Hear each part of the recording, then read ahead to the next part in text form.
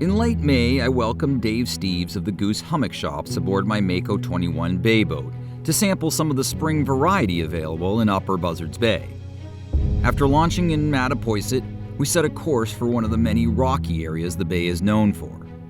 Once water temperatures reach the mid-50s, striped bass take up station around these structure spots, and it didn't take many casts for Dave to produce the first schoolie of the day. Found the school.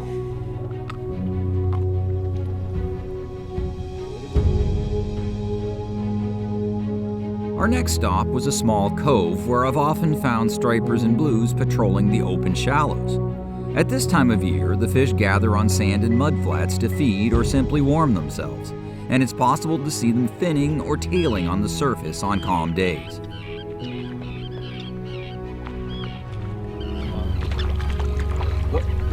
Oh, there, Richard! Come on! Oh, I got him! In this case, the predators proved to be small bluefish and stripers, which were feasting on squid and tiny sand eels. Wow, look at this! Oh my God, look at the acres of bluefish just coming up. That is so cool.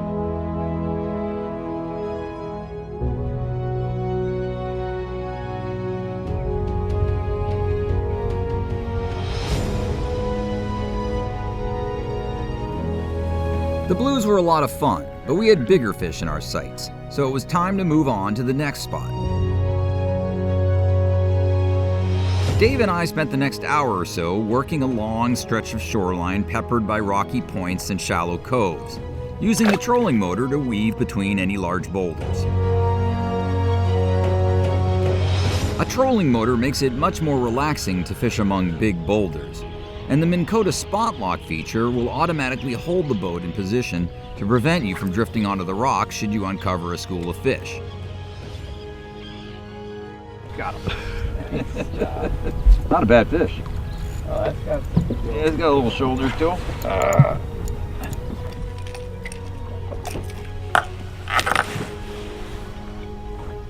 Healthy. Nice. All right, buddy. Bigger. Beautiful. Although subsurface lures catch plenty of fish, I can't resist throwing topwaters at this time of year. The anticipation of a bass or bluefish smashing a surface bait is simply too hard to resist.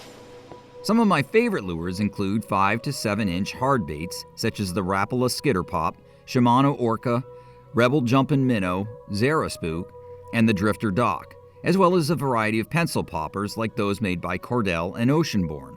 I like to remove the belly hooks on these lures to minimize damage to the fish and make release easier. Soft plastics also catch plenty of fish at this time of year, and I like to use them on calm days when a finesse approach can be the key to drawing strikes. 6 to 7.5 inch sluggos, finesse fish, zoom flukes, and Ron Z jigs all work well.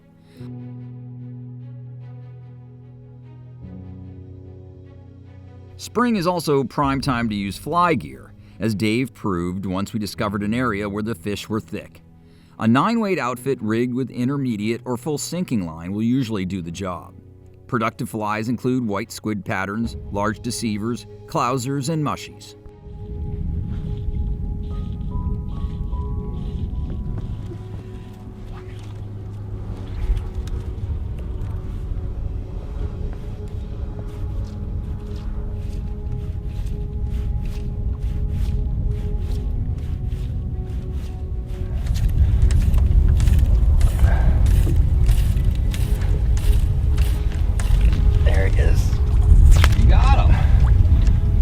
I heard him hit it too. Oh, he inhaled it. Oh yeah! Dave! Woo! Nice. That's great. One, huh? That's a beauty, man.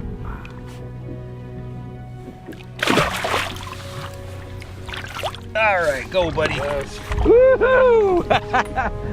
Good job. While Dave fished flies, I stuck with topwaters and was eventually rewarded with a bass in the 15-pound range.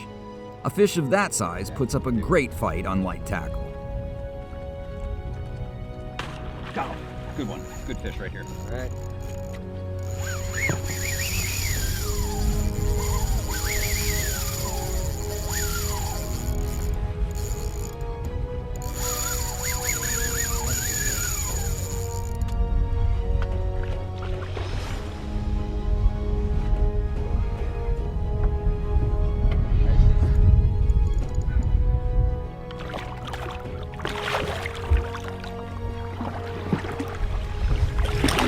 baby. Oh.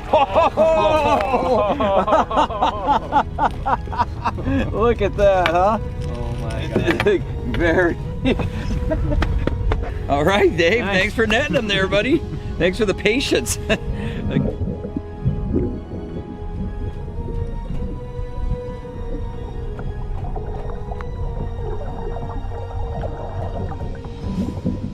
As slack tide approached and the current ebbed, so did the action. So we decided to switch gears and target another popular early season species. Black sea bass migrate into Buzzards Bay in May to spawn, and it's easy to catch them in 20 to 30 feet of water through June. These fish are tons of fun on light gear and great for kids to catch, as the action is usually non-stop. To top it off, sea bass are delicious. With some sea bass on ice and a few nice stripers under our belts, it was time to return to the ramp and put a wrap on what was a terrific spring day of fishing in Buzzards Bay.